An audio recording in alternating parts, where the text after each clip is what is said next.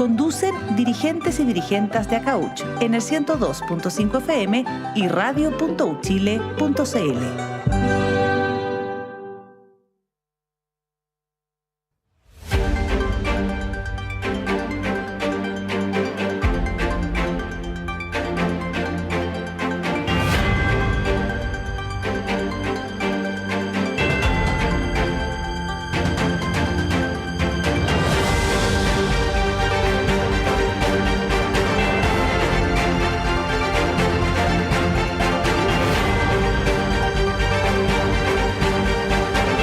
Son las 8:39, estábamos analizando las columnas que se han publicado en los últimos días, muy interesantes algunas, pero no vamos a hablar de columnas ahora, sino de los temas de los cuales hablan las columnas a veces.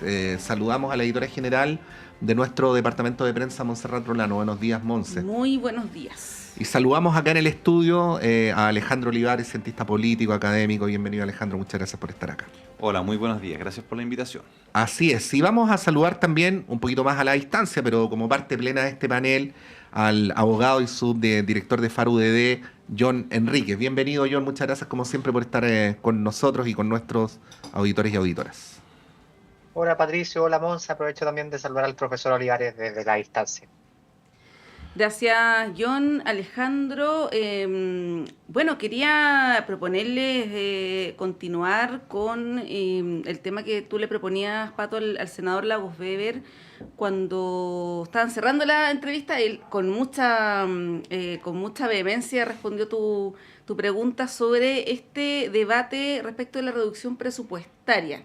Hemos visto en este tema, así como fue la tónica el año pasado con el tema de la ley corta de ISAPRES, las tarifas eléctricas y otros temas también, donde se acuerda algo en el Congreso, en el contexto del debate parlamentario, y luego se desconocen los acuerdos y se le echa la culpa al del frente. O una de las dos partes es la culpable, claro. Una de las dos partes es la culpable. Y esto se ha visto muy fuertemente en esta discusión a propósito de la advertencia que hicieron desde el Ministerio Público con el recorte de 7.000 millones de pesos, que decía el senador Lagos Weber es una cifra menor respecto del recorte general que se hizo de 600 millones de dólares. También ha ocurrido lo propio con el Poder Judicial, y bueno, llama la atención que después de más de un mes, ¿no? Casi 2 meses de que terminara la tramitación de la ley de presupuestos, que fue a fines de noviembre, esto se plantee ahora, ya estando a mediados de enero, ¿no? Y que se responsabilice al gobierno. Desde el gobierno, ayer la ministra Toá también respondió en un tono bien duro, dijo, bueno, no sean carepalos, si esta cuestión la acordamos y ahora, ¿cómo esto de estar desconociendo lo que se acuerda en el Congreso? Sí, la ministra Echeverri también habló, ¿no? Sí, pero la ministra Toá fue particularmente dura en su estilo, ¿no? Que ya conocemos. Alejandro, ¿cómo ves este debate? Porque además tiene implicancias en, lo decía el fiscal nacional, en la persecución del delito, ¿no? En un contexto que además se requiere mayores recursos. Eso por un lado, ¿no? Esto de no haber incluido a la Fiscalía en esta lista de glosas que no se podía reducir, como educación, mencionaba el senador. Pero bueno, y por otro lado, este tira y afloja entre el gobierno, el gobierno y el Congreso, porque desde el oficialismo también se han manifestado ahora sorprendidos, traicionados, en fin. Sí, Juan Luis Castro dijo que se fue, sentía traicionado, sí, engañado. Engañado, sí. Alejandro. Drama, ¿no? Drama. Sí. Claro, llama la atención dos cosas. Un poco lo que decía Monse. Primero, o sea, después de 3 meses estalla una polémica de una ley. O sea, algo que fue discutido en el Congreso, que pasó por comisión, que fue visto en diferentes instancias y que en realidad todos sabían. Y si no sabían, y si no se dieron cuenta de este recorte, quiere decir que hay un problema en cómo se están haciendo las leyes, que sería otro orden de temas. Porque alguien lo vio, alguien tuvo que haberlo hecho.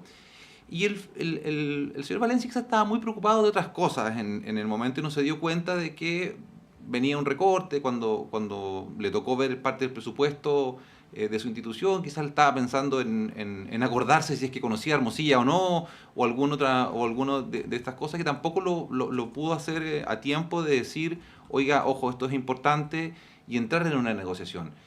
bueno, más allá de las ironías y más allá de todos los problemas que se pueden generar, igual no es una buena señal recortarle a los entes que están encargados de perseguir el delito en el sentido amplio, recortarle el presupuesto. Esa nunca es una buena señal.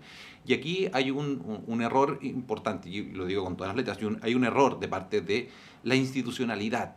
¿En qué sentido? De que efectivamente, aunque el recorte sea menor en perspectiva comparada con el resto de otras instituciones, la Fiscalía y todo el aparataje encargado de los temas de seguridad no debiese haber estado nunca en las instituciones que se les recorta el presupuesto, sino que al contrario siempre se les debiese estar dentro de las que se aumenta el presupuesto, aunque sea un 1%, un 2%, para dar la señal de que esto es así.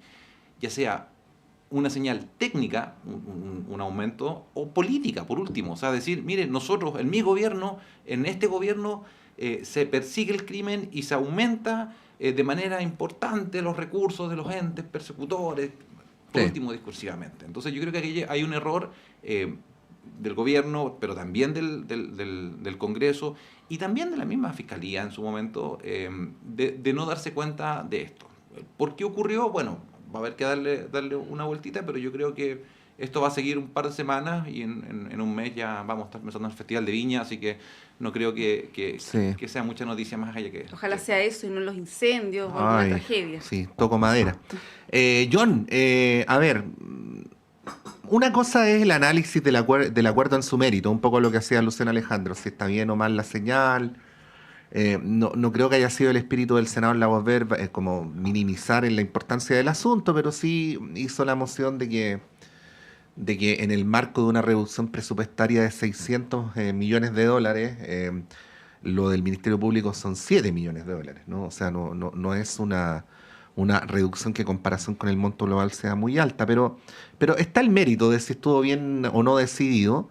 Pero te quería preguntar también por un segundo punto, que es la relación de las partes de los acuerdos con los acuerdos, ¿no? Porque en tiempos donde en paneles como este, por ejemplo, se reivindica mucho la importancia de los acuerdos, en fin, parece ser que al menor incentivo, no iba a usar la metáfora del abandono del barco, pero esa es ofensiva. Digo, la gente se empieza a bajar de la micro, ¿no? Entonces, no, yo no fui, que fue él, en fin, y así sucesivamente. Entonces, claro, me imagino que eso de alguna manera instala condiciones adversas para seguir acordando, porque si John, tú y yo llegamos a un acuerdo y en 2 meses más tú dices que fue culpa mía, claro, lo pienso más de una vez antes de volver a sentarme. Entonces, en esos 2 niveles te quería preguntar a ver si te parece separarlos, ¿no? Sí, a ver, primero, declaraciones como la del senador Castro, la verdad es que al menos dejan mucho que desear, porque justamente son los parlamentarios los que cuando sale el consomé a las 2, 3 de la mañana y están viendo si se aprueba o no se aprueba la ley de presupuesto, pactan una serie de materias en los famosos protocolos de acuerdo con el Ministerio de Hacienda. A mí, en principio, o más que en principio, estoy de acuerdo con la posición que ha tenido el Ejecutivo en este caso, primero porque estamos en un escenario de estrechez fiscal, y yo trato siempre de transmitirle a mis alumnos que tenemos recursos que son por definición siempre escasos y necesidades que son múltiples, crecientes e infinitas. Entonces, es parte de la política que sea responsable también transmitiéndole a la ciudadanía de que hay que optar, de que los recursos no son ilimitados, y que por lo mismo se hizo esta suerte de ajuste para efectos de mantener bien controladas la buena salud de nuestras finanzas públicas. Entonces, en ese sentido, a mí me parece que es súper delicada y poco afortunada, al menos, la posición de los actores principales, que son los parlamentarios en esta materia. Después también respecto al rol del Ministerio Público y del Poder Judicial, también me llama mucho la atención, porque usualmente tienen personas que se encargan de hacer el seguimiento de cómo va avanzando la tramitación de la ley de presupuestos. No basta que las instituciones que forman parte de cada una de las partidas de la ley de presupuesto vayan a hacer la presentación original de la ley de presupuesto en la subcomisión que les haya correspondido en su oportunidad, inicios de la tramitación de la ley de presupuesto. Uno esperaría que estén siguiendo qué es lo que va pasando en la sala de la Cámara, en la sala del Senado, y especialmente en los últimos días cuando en definitiva se toman decisiones más sustantivas respecto a los nudos del presupuesto, y es bien lamentable que ocurra esto una vez ya aprobada la ley. tomando el punto y no escapando al punto que planteaba Pato, me parece que más importante aún de lo que hizo el Ministerio Público y el Poder Judicial, que pueden tener razón, o sea, puede ser razonable el punto que estén planteando, es súper importante la reacción de la política, porque justamente lo que van a ver otros actores de la tramitación de la ley de presupuesto, estoy pensando en una Fiscalía Nacional Económica, estoy pensando en un Ministerio de Obras Públicas, o quien sea, órganos, no sé, que tengan cierta autonomía, pero que no sean 100% dependientes del Ejecutivo. Bueno, si vemos que uno llega en enero y con un comunicado importante y con una buena gestión de prensa, las instituciones consiguen que se les respondan los fondos o incluso que se les aumenten, sin tanta deliberación democrática incluso, la señal que va a quedar hacia adelante es, bueno, olvidémonos de la tramitación de la ley de presupuesto y vamos en enero a las páginas de los diarios que corresponda y vamos a los medios de comunicación y logremos que después la dirección de presupuesto pueda hacer un reajuste, una reasignación en ese sentido. Yo creo que para algo está la ley de presupuesto, por eso está regulado a nivel constitucional, por eso está la ley orgánica constitucional del Congreso, por eso hay plazos, y sin perjuicio de que el Ministerio de Hacienda tenga espacio para hacer reasignaciones posteriores, porque obviamente se puede y está bien que así sea. Es preocupante desde el punto de vista de nuestra institucionalidad fiscal. Y creo que hay otro punto que seguramente Alejandro va a estar de acuerdo conmigo. Debiésemos hacerle un doble clic los que estamos interesados en estas materias al trabajo de la Comisión Especial Mixta de Presupuestos que va viendo la ejecución presupuestaria durante el año. A mí me da la sensación de que hay no sé si desprecio, pero hay poca prolijidad por parte de los parlamentarios de ver, una vez aprobada la ley de presupuesto, cómo se van gastando esos recursos. Yo recuerdo un par de parlamentarios especialmente agudos en estas materias, el senador Coloma, el senador Montes en su oportunidad, el mismo senador Ricardo Lagos Weber, pero me da la sensación de que los parlamentarios se desentienden después de qué es lo que pasa con lo que se aprobó, y creo que hay espacios para mejorar nuestra institucionalidad también. Sí, complicado el tema de la desprolijidad, lo hemos visto harto en el último tiempo. Bueno, todo esto, Alejandro, se da en el contexto de la tramitación de la reforma previsional, a raíz de lo que tú decías, Pato, de los acuerdos, ¿no? De la fragilidad de poder llegar a acuerdos. Estamos en un contexto donde todavía no se ha acordado nada. En materia de pensiones, lo decía el senador Coloma ayer en la tarde en un punto de prensa que él convocó para decir: no hay acuerdo todavía, ¿no? No se hagan tantas ilusiones, porque ya todos daban por hecho que iba a haber, que iban a salir todos como tomados de las manos. Al parecer eso no va a ocurrir, y si es que hay un acuerdo, al parecer sería parcial, ¿no? Con esto, la reforma, como la plantea el gobierno, ya en los términos que se está hablando las últimas semanas, también está en duda. La ministra Jara, acá en la radio hace un par de semanas, dijo: la división de la industria va sí o sí. Eso no hay ninguna duda, y eso de alguna manera va a implicar el fin de las AFP como las conocemos ahora. El senador Lagos Weber dijo hace 10 minutos: la división de la industria no va. Es una cuestión que claro, uno no sabe muy bien qué es lo que va a ocurrir. Sí, Lagos Weber dio a entender que él conocía el contenido del acuerdo. Sí, eso uno entiende de lo que él plantea. Ahora, los acuerdos no están hasta que efectivamente ocurre el último minuto. Las negociaciones pueden cambiar en los últimos minutos. Ahí, Alejandro, te quería preguntar, en la línea de lo que tú decías, Pato, al senador, que me pareció bien esta imagen que propones de el vaso medio lleno versus el vaso medio vacío, ¿no? Porque hay quienes en el mismo sector del senador Lagos Weber plantean, estoy hablando socialismo democrático, también el Frente Amplio, que no vale cualquier acuerdo, que la división de la industria es fundamental, que aumente las pensiones actuales es fundamental, y que no se vaya toda una cuenta individual también, ¿no? Como suerte de líneas rojas. Sí. De lo que hemos conocido, al parecer, el 6% o el 7% o el 8% se va a ir a las cuentas individuales, a través de distintas fórmulas, ¿no? La del préstamo. ¿Cómo lo analizas tú desde la perspectiva también del gobierno, ¿no? Es como una especie de derrota también. No sé si lo ves así. Sí, a ver, yo creo que aquí hay una doble derrota del gobierno. Primera derrota es que efectivamente todo indica, bueno, no conocemos el acuerdo, a lo mejor el candidato Lagos Weber sí lo conoce, porque un buen candidato tiene que conocer esas cosas. Estoy asumiendo que va a ser candidato presidencial, miren, me estoy anticipando. Lo vamos a anotar en la lista de candidatos. De los candidatos.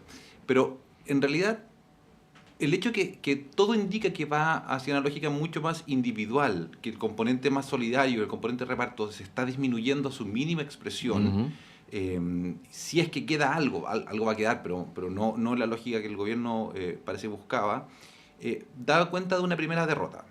Y en realidad es que efectivamente todas las ideas originales del gobierno no están avanzando. Y la segunda derrota es que en realidad el gobierno, incluso con eso, cediendo en eso, está siendo incapaz de llegar a acuerdos. Entonces, uno, muy teóricamente, la pregunta que se puede hacer es, si esto es una doble derrota, o en el componente que yo le agregue y el gobierno está perdiendo, ¿le conviene seguir al gobierno empujando este tipo de acuerdos? Y esto es súper desde la teoría.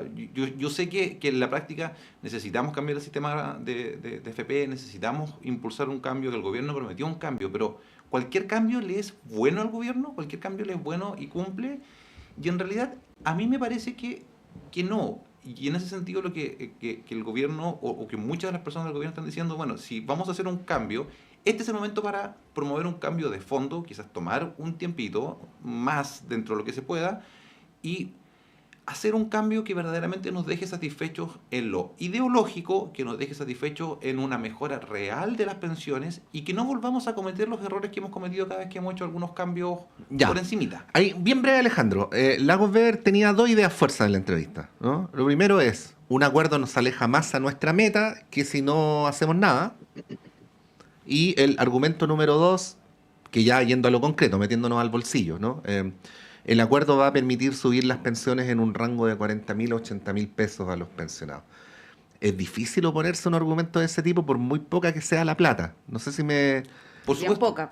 ¿Ah? Es bien poca. Es absolutamente poca. Pero es que tan poca Claro. que en realidad es Claro, como- pero es poca, digo, habría que preguntarle a los jubilados si ellos preferirían que les aumentaran 40 o 80 en vez de nada, ¿no? Por supuesto, No. siempre voy a querer que aumente un poco, pero en el largo plazo, en el mediano plazo, en el largo plazo, que también tenemos que tenerlo en la ecuación, esos 40.000 pesos, esos 80.000 pesos, ¿van a ser el único aumento?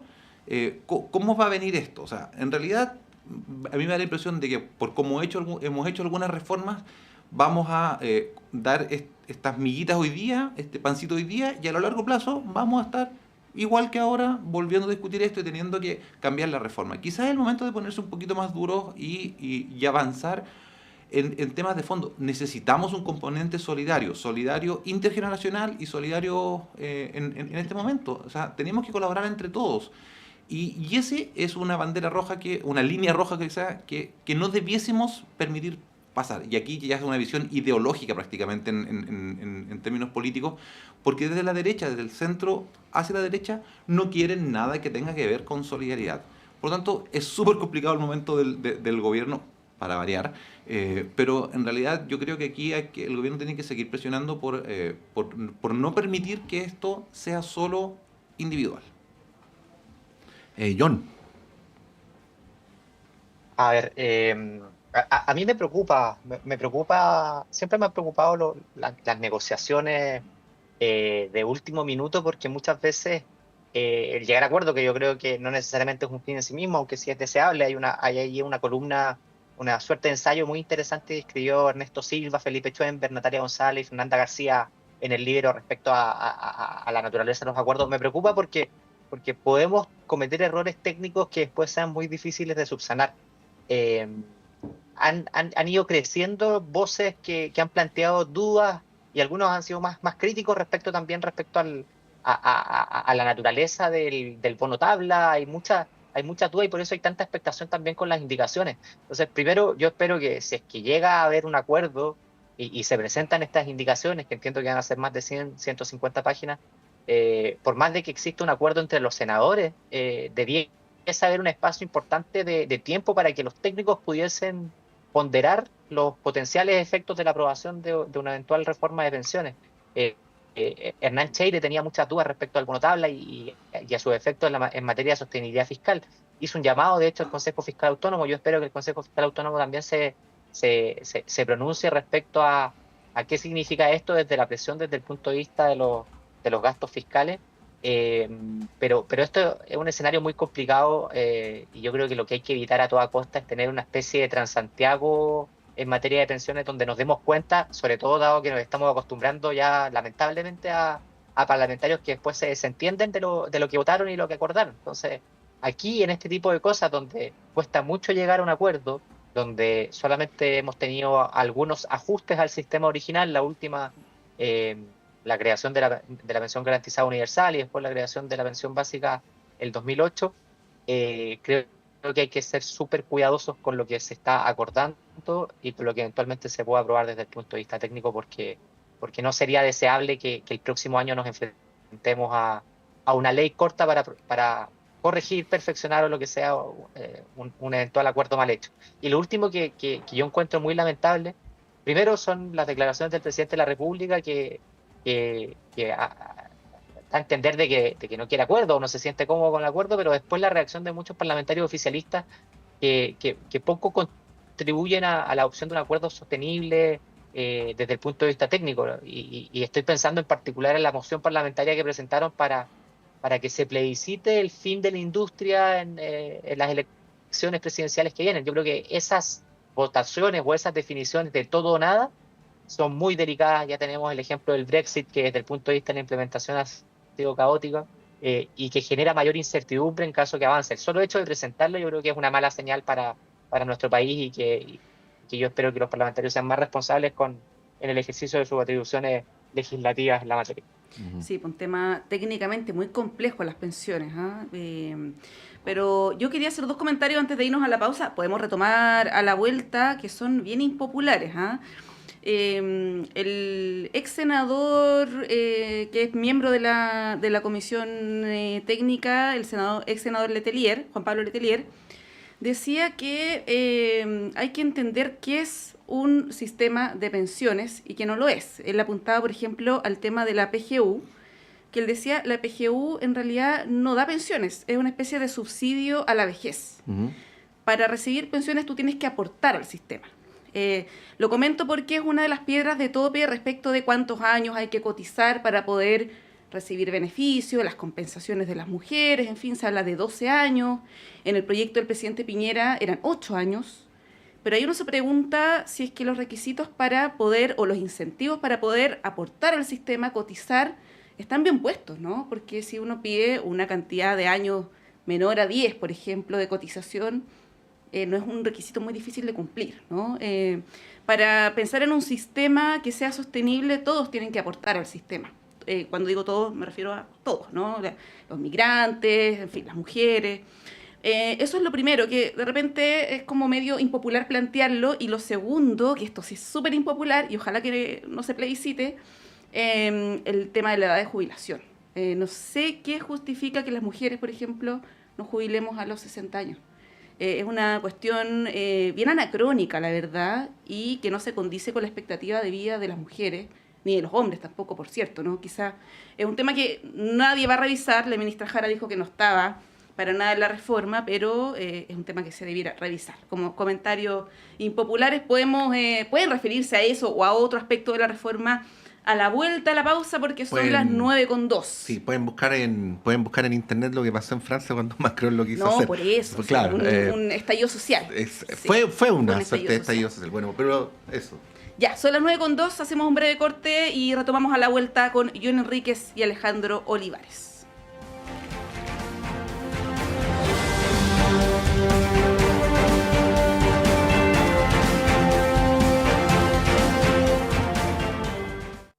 Tienes que ir. Aysén Patagonia cambió mi vida.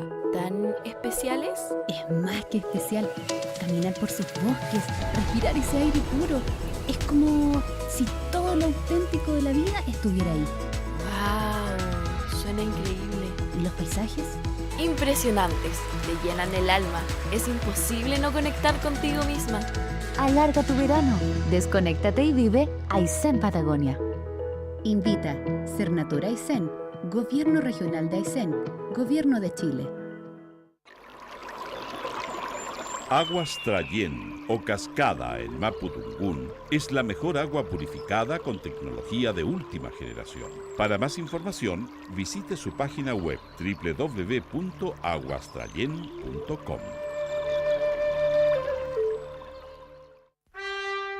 Radio Universidad de Chile y la Facultad de Arquitectura y Urbanismo de la Universidad de Chile los invita a escuchar el programa Pensar Habitar. Soy el profesor Max Aguirre González de la Facultad de Arquitectura y Urbanismo de la Universidad de Chile.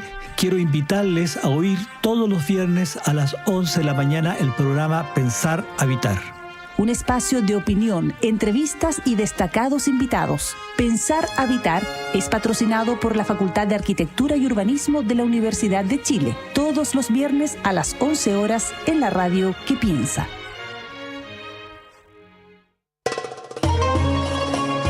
Soy César Abueid y los quiero invitar a Palestina por siempre. ¿Cómo es vivir bajo una ocupación? El día a día del pueblo palestino. Domingo, 9 de la mañana, Palestina por siempre. Radio Universidad de Chile.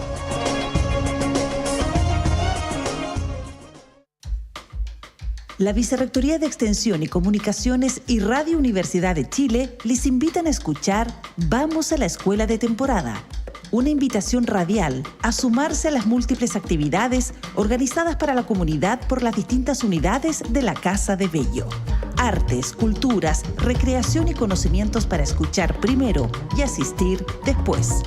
Vamos a la Escuela de Temporada, de lunes a viernes a las 14 horas en el 102.5 FM y radio.uchile.cl. Conciencias y Educación, un programa de la Facultad de Ciencias de la Universidad de Chile dedicado a mostrar el estado de la ciencia de frontera y analizar las políticas educacionales y contenidos programáticos sobre educación científica y educación ambiental. Hola amigas y amigos, soy Raúl Morales Segura, decano de la Facultad de Ciencias de la Universidad de Chile y deseo invitarles a acompañarnos en nuestro programa Conciencias y Educación cada viernes a las 12 horas en Radio Universidad de Chile. Conciencias y Educación, un programa para una ciudadanía más demandada en los avances científicos, tecnológicos y ambientales, en el 102.5 FM y radio.uchile.cl.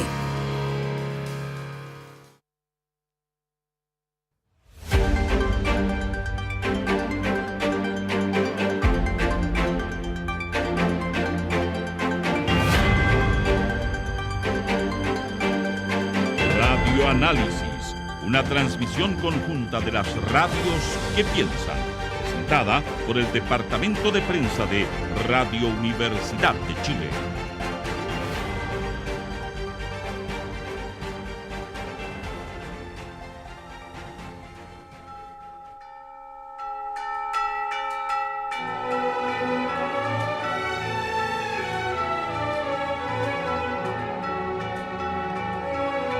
Bueno, en este momento tenemos un paréntesis operático, como si la política chilena no fuera operática a veces también, ¿no? A propósito de traiciones y cosas por el estilo. Pero bueno, nuestro querido, admirado Centro de Extensión Artístico y Cultural de la Universidad de Chile no para tampoco en enero, y luego de su muy exitosa presentación en el Estadio Nacional con la novena de Beethoven, vuelve ahora en enero con uno de los espectáculos que más público congrega, se agotan súper rápido las entradas y que se llama Viva la Ópera, que es, por decirlo, si me permiten hacerlo de manera coloquial, una suerte de grandes éxitos, ¿no? de la ópera. No son óperas completas, sino piezas que están en el imaginario colectivo. Y esto, no sea tan coloquial, por favor, Pato. Perdón. Viernes y sábado, 7:30 de la tarde, viernes 10, en el Teatro de la Universidad de Chile. Tenemos estas entradas para ustedes. A partir de ahora pueden llamar, Tania, 22-978-15-70 22977-1579 22977-1579 para que puedan participar de este espectáculo fantástico. Así es que les dejamos esta invitación extendida y ahora continuamos con las conversaciones. Bien, después de esta pausa, yo solamente, a propósito de mi comentario impopular, solamente quería aclarar, para que no se malentienda, sobre todo respecto de la cotización de las mujeres. Yo entiendo que hay lagunas, está el tema de los cuidados, que las mujeres evidentemente no estamos plenamente insertas en el mundo laboral aún, lo que sería deseable, pero mi punto es si el sistema de pensiones debe hacerse cargo de eso, ¿no? Al igual como lo hemos hablado en otras ocasiones sobre los bajos sueldos, ¿no? Sobre la informalidad laboral. Es una pregunta que uno se hace nomás. Sí.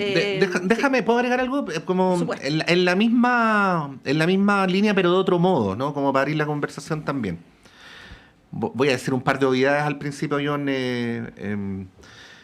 Alejandro, cuando se fijó la edad de 65 y 60, teníamos una expectativa de vida completamente distinta. Estoy partiendo por la primera obviedad, ¿no? O sea, a la edad en la que esto se instituyó, las personas jubilaban y un poquito después se morían, ¿no? Eso ya no ocurre ahora, ¿no? Entonces ese es un primer punto sobre el cual evidentemente hay que hacerse cargo. Muchas personas, uno las conoce, que cumplen 60 años siendo mujeres o 65 siendo hombres, quieren seguir trabajando, pero además pueden seguir trabajando. Por lo tanto, ahí hay un planteamiento del cual hacerse cargo. Lo que pasa es que me imagino que un debate como este debe darse dentro de un contexto de legitimidad social o de contrato social, que es lo que no tenemos, porque si usted le dice a una persona trabaje 5 años más o trabaje 10 años más, pero va a jubilar más o menos por la misma plata, la persona obviamente va a preferir no hacerlo. Entonces no puede ir un punto sin ir de la mano con el otro. Y quiero agregar una sola cosa. Cuando una persona tiene buena situación económica, que son las menos, pero jubilan a los 65 o jubilan a los 60, les augura un último tramo de su vida confortable, ¿no? Pero lo que uno encuentra todos los días y que es una inmoralidad, disculpen que lo diga en términos como morales, pero quiero hacer como el énfasis, es que hay personas que jubilan a los 65 y tienen que seguir trabajando hasta los 70, hasta los 75, hasta los 80, y no porque quieren, sino porque no tienen cómo llegar a fin de mes, y así es como uno se encuentra a veces con adultos mayores barriendo los parques, empaquetando en los supermercados, u otras tareas que no deberían ser para ellos por la edad que tienen, ¿no? Entonces se produce esa paradoja también de la cual uno no puede deslindarse. Bueno, ahí abro la conversación para cómo lo ven. John. Sí, no, absolutamente de acuerdo con la Montserrat. Votaría por ella. Yo creo que ha faltado coraje. Ha faltado coraje de la política que existiendo un diagnóstico tan claro hace tanto tiempo de los ajustes, al menos los elementales y obvios que tienen que hacerse el sistema, no lo han hecho. Y aquí no es ideológico, es más bien por temas de eventuales críticas de la ciudadanía y costos de la eventual reelección y temores a funas y asuntos de esa naturaleza. Y hay un tema que me preocupa, que no está directamente relacionado con el tema pensiones, pero que en definitiva incide, que es el tema de la productividad. Hoy día veía en el Diario Financiero que el 2024 de nuevo tuvimos un nulo aumento de productividad laboral y que llevamos 16 años donde el crecimiento de la productividad ha sido prácticamente marginal en la expansión del PIB. Entonces, esto es más de política laboral, pero en parte con lo que comentaba Pato, hay que volver a revisitar todo el funcionamiento de nuestro sistema laboral. A propósito de los políticos que se desentienden de sus decisiones, hay muchas políticas laborales que se han adoptado en el último tiempo, muchas políticas públicas que han afectado justamente el empleo formal, que han afectado el crecimiento de los salarios, que han afectado también la flexibilidad laboral tan indispensable para que podamos, los jóvenes, poder trabajar, la persona, por ejemplo, que está en la universidad, facilitarle a aquellos que quieran desarrollar trabajo mientras están estudiando, aquellas personas que están saliendo del mercado laboral o que están en la última etapa de su época activa, para que no tengan que abandonarlo de golpe, sino que puedan tener cierta flexibilidad y gradualidad justamente en sus últimos años desde el punto de vista laboral. Y ahí hay un tremendo desafío, porque nada sirve modificar los parámetros de nuestro sistema, aumentar la edad de jubilación, o poco sirve aumentar la edad de jubilación, poco sirve aumentar la tasa de cotización obligatoria, independiente de su destino, y ahí estamos todos de acuerdo que hay que aumentar la tasa de cotización obligatoria, si no hacemos un cambio importante a nuestro sistema laboral, a nuestra regulación laboral que poco ayuda a cotizar, poco ayuda a que los salarios crezcan y en definitiva afecta a las pensiones a largo plazo también. Alejandro. Es un tema, yo creo que todos, un poco lo que decía Patricio, todos nos hemos encontrado con personas que lamentablemente no deberían estar trabajando ya, porque deberían estar descansando. Después de toda una vida de esfuerzo y sacrificio, esperar que a sus 70 años, 80 años sigan trabajando es complicado. Entonces, debiésemos pensar en ellas, pensar en ellos, particularmente en aquellas personas que dedicaron toda su vida a este trabajo mal remunerado y que necesitan un aporte que tiene que ver con el aporte que hacemos todos, un aporte solidario. Por lo tanto, hay que ir pensando en que hay cosas que no debiesen seguir ocurriendo y que debiésemos como sociedad tener un consenso de que no está bien que nuestros adultos mayores tengan que trabajar.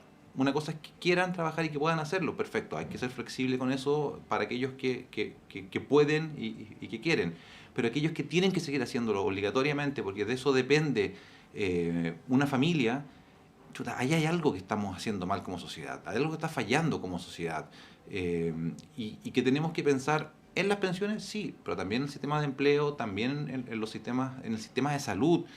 Muchas veces las personas siguen trabajando porque necesitan cubrir remedios o necesitan cubrir algunas otras necesidades que no tienen satisfechas y que sus pensiones, las míseras pensiones, no les da. Y el sistema, a nosotros nos prometieron hace 40 años que íbamos a tener nos íbamos a jubilar con el mismo sueldo que teníamos. Y eso al año 2018. Al año 2018. Y era portada del decano diciendo, mire, así va a ser. Pero en realidad eso no ocurrió. Y no ocurrió porque se nos mintió con respecto al sistema. Entonces, si vamos a hacer un cambio, aunque parezca impopular, hay que ser duro, aunque no estén los votos en este momento, hay que ser duro, porque de verdad hay que pensar en estas personas que están trabajando cuando no deberían hacerlo, que están manteniendo familias que no debiesen mantener. Tenemos que pensar solidariamente en cómo enfrentar este tipo de problemas, y son problemas intergeneracionales y son problemas que para todos como sociedad debemos ser capaces de ponernos la mano en el corazón y también la mano en el bolsillo a fin de mes para poder colaborar y ser solidarios. Es que el problema termina siendo intergeneracional, ya sea por la vía pública como debería ser, y si no, lo es de todos modos por la vía privada. O sea, esto es bastante claro. Creo que son muy pocas las personas que llegan a los 65 o 60 años autovalentes en lo económico. No tengo el porcentaje, pero por el solo hecho de caminar y vivir en nuestro país, no creo que eso sea más del 5 o 10%. Y el resto de las personas, y aquí lo sabe todo el mundo que está viendo y escuchando este programa, depende en buena medida de los hijos.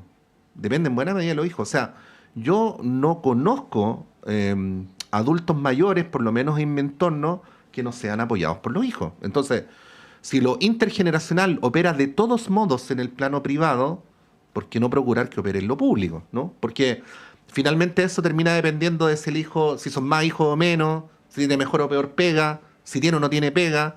Y en última instancia creo que tampoco es digno que una persona que trabaja toda su vida termine esperando que el hijo le pase una cantidad de lucas al mes para poder comprar mercadería. Entonces, y no estoy hablando de cómo funciona en la realidad, no estoy como construyendo cuentos, ¿no? Yo creo que cualquier persona que está escuchando se puede sentir identificada con lo que estoy señalando. Claro, y en ese contexto está la duda si los 40 u 80 mil pesos que señala el senador Lagos Weber apunta en la dirección correcta, ¿no? Porque estamos hablando de niveles de subsistencia para poder alimentarse, cubrir las necesidades básicas, los remedios, sobre todo en la tercera edad, que son tan costosos y tan importantes. Y si tú tuviste un sueldo de 1 millón de pesos y luego la pensión es de 300.000, evidentemente con 80.000 pesos no solucionas el problema. Bueno, es una discusión que está ahí abierta. Porque además el gasto en remedios se incrementa. A mí lo que me dicen los adultos mayores es que se gastan 100, 150 lucas en remedio al mes. Sí, la mitad de la pensión en algunos casos. Yo quería agregar algo, sí.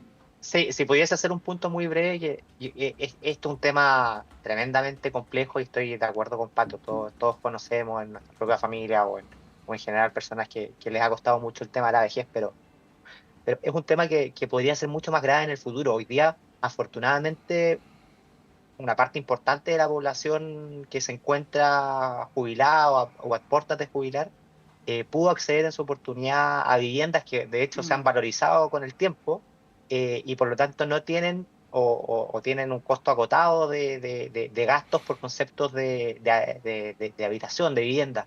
Eso no va a ocurrir necesariamente si no hacemos los cambios que debiésemos hacer hoy día con la generación joven que tiene hoy día 30, 40 años, donde pasan dos fenómenos al mismo tiempo. Ayer Miguel Ángel Fernández, que es subdirector de Faro, daba una entrevista en La Segunda que buena parte de nuestra generación cree que el futuro de sus hijos va a ser peor.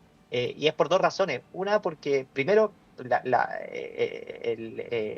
vivienda está más cara por la regulación, por el aumento de costos de construcción, etcétera, por el aumento del costo laboral también que supone construir. Y eso hace que hay una generación que le está costando mucho acceder a la vivienda y que hoy día, como hay jóvenes que comparten departamento cuando están en proceso de independizarse, no nos debiese sorprender si no hacemos nada que en 20, 30 años más hayan adultos mayores que estén compartiendo departamentos porque no pueden costearse una vivienda de forma autónoma. Y además esa generación, a diferencia de la actual, no tiene 3, 4 hijos en promedio como la tiene hoy día, sino que tiene con suerte 1 o 2. Y por lo tanto la carga desde el punto de vista financiero y especialmente desde el punto de vista emocional para los hijos va a ser mucho más alta de la que tienen hoy día las personas que están ayudando a sus papás, que está bien que así sea. De hecho, está súper valioso y deseable que así sea, que los hijos ayuden a sus papás, pero los desafíos van a ser más importantes en el tiempo, creo yo. Si es que no hacemos lo que hay que hacer, que es potenciar nuestro mercado de trabajo, permitir mayor construcción en altura, tomar buenas medidas desde el punto de vista de la regulación microeconómica para evitar esos problemas de largo plazo. Sí, bueno, no es muy promisorio el futuro. Muy interesante la entrevista en todo caso a Miguel Ángel Fernández ayer en La Segunda, panelista también estable de esta radio. Les quiero plantear en los minutos que nos quedan un tema que tampoco es muy alentador y no se ve una solución en el horizonte, por lo menos en el corto plazo, que es lo que está ocurriendo en Venezuela con esta ya consolidación de un gobierno de Nicolás Maduro. Uno lo podrá catalogar de distintas maneras, gobierno de facto, dictadura, en fin. Pero bueno, lo que ocurre es que está Edmundo González, que llegó a Guatemala en las últimas horas desde República Dominicana, no pudo ingresar a Venezuela. Eso por un lado, ¿no? Con una suerte de presión internacional. Hay una reunión, una posible reunión de cancilleres de Latinoamérica, hay un pronunciamiento de países como Francia y Brasil, lo que ha llamado la atención en el caso de Brasil, abogando por una salida política a la crisis. Y en nuestro país está el debate sobre si reconocer o no a Edmundo González. Desde el Congreso hubo un proyecto de acuerdo, ayer también hubo un pronunciamiento de la Cámara donde se reprochaba al presidente Boric por no reconocer a Edmundo González como el presidente legítimo, ¿no?, de ese país. ¿Cómo ve esto, Alejandro? Porque la verdad, tuvimos la experiencia de Juan Guaidó, ¿para qué recordar eso? Que primero, no sé si al presidente Boric o de cualquier otro país le corresponde reconocer a Edmundo González, ¿no? Pero segundo, da la impresión que esto tiene que ver más con un factor electoral, ¿no? Porque tenemos 1 millón de venezolanos y no más en Chile, se aproximan elecciones parlamentarias, y esto puede prender mucho en cierto electorado, ¿no? Porque muchos de ellos tienen derecho a voto, de presionar para que se reconozca Edmundo González. Sabemos que los venezolanos que están acá no son particularmente chavistas, digamos, ¿no? ¿Cómo ves tú esto de tratar de presionar al gobierno cuando, además, el gobierno ha sido uno de los más duros probablemente de la región respecto de lo que ocurre en Venezuela? Yo creo que no ha sido uno de los más duros, yo creo que ha sido el más duro de la izquierda. Sí. O sea, antes del resto, y esto ha sido una convicción personal del presidente, que siempre lo criticamos, pero aquí hay que reconocerle, darle el punto, y él se la ha jugado por la democracia y por establecer que el gobierno de Maduro pasó los límites que hace un rato.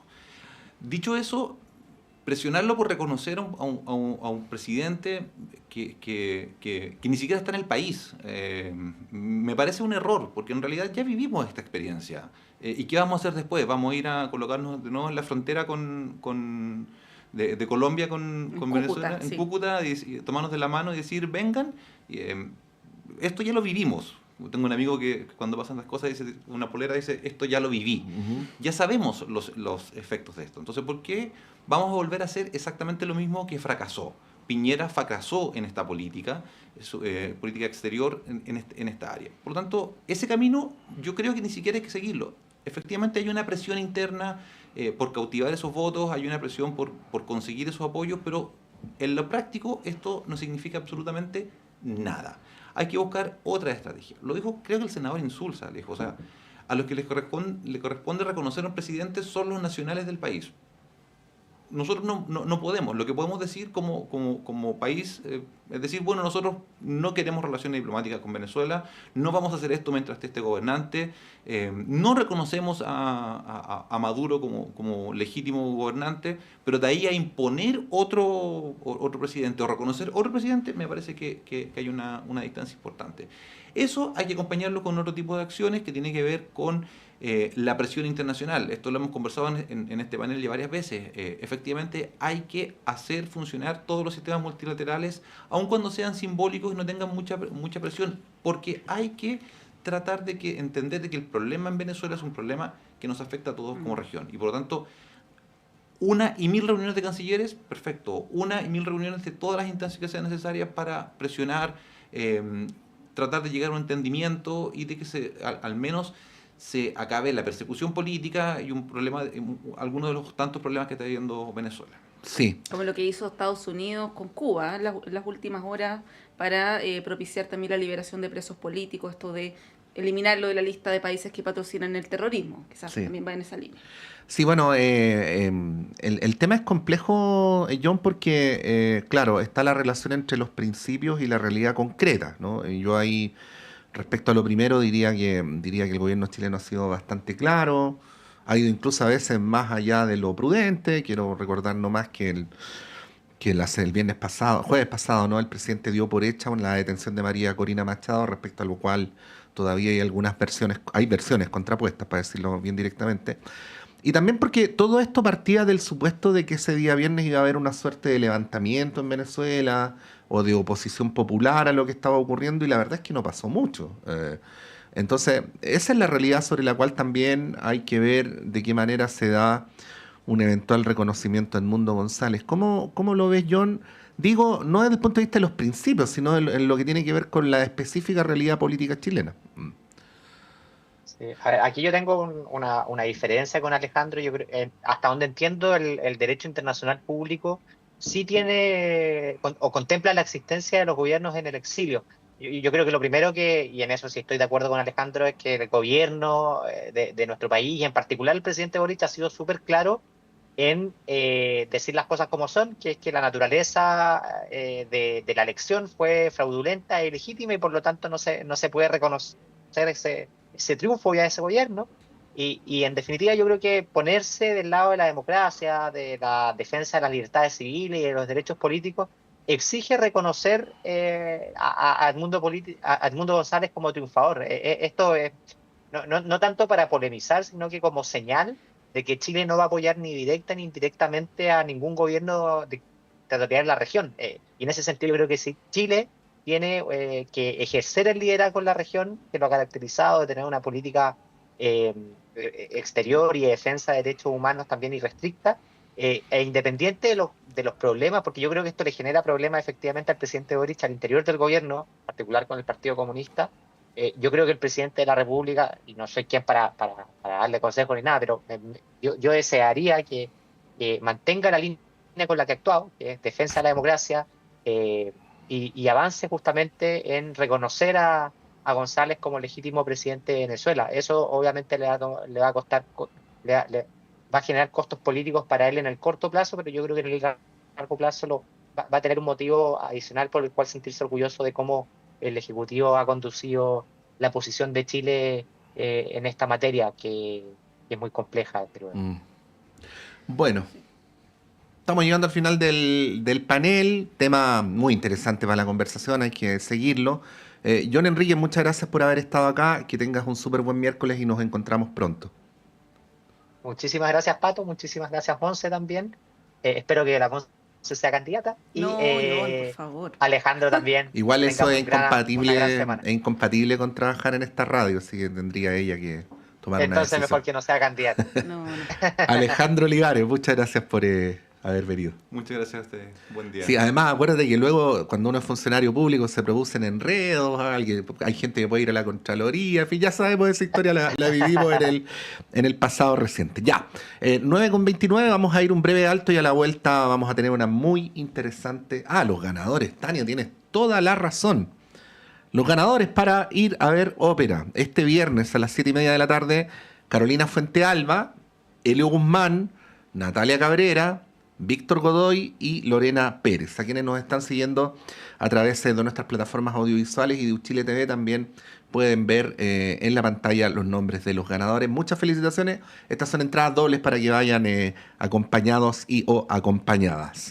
Ahora sí, breve alto y a la vuelta continuamos con una muy interesante conversación, un libro recientemente publicado sobre Palestina.